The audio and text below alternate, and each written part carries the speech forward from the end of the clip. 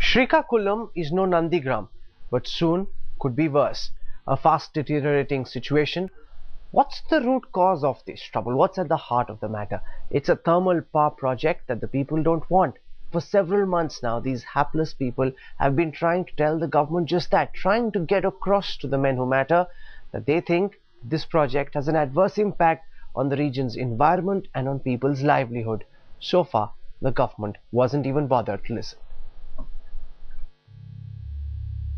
Kakkarpalli village in Santabammalli Mandal, 50 kilometers from Srikakulam.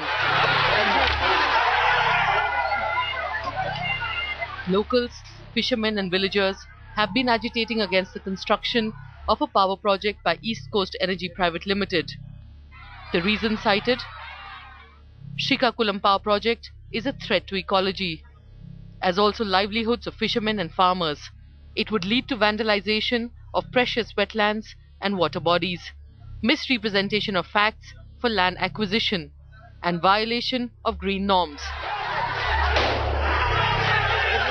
So how did the Srikakulam project manage to get environmental clearances despite the strong objections from various quarters?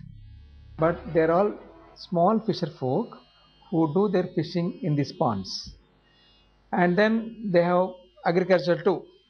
What they say is, even if you are displaced from, even if you are given rehabilitation package, we will not earn our livelihood at all. They may give lands here and there, but this kind of situation will not be existing anywhere we go. Opposition leaders visited the families of the two villagers killed in Monday's police firing. The locals have been protesting against the project, alleging powerful corporate and political lobbies had been working hard at misrepresenting facts. The police firing incident echoed in the Andhra Pradesh Legislative Assembly, but the concerns are not political alone. The people feel that the environmental impact assessment reports are nothing more than a farce. Impact assessment process is still very weak, it's still very flawed. Industry pays for the assessment for getting the project cleared. The ministry does not have the capacity to be able to look at a project and say whether it will impact local people.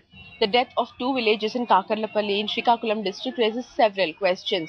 Why was the district administration silent even when the villagers were protesting for months on end against the coming up of a thermal plant? Why is it that a public hearing was held without all the stakeholders present? How is it that the environmental clearance was given to the company despite several reports cautioning against it? With Mridula Chanduri in Hyderabad, Chandni for Headlines Today.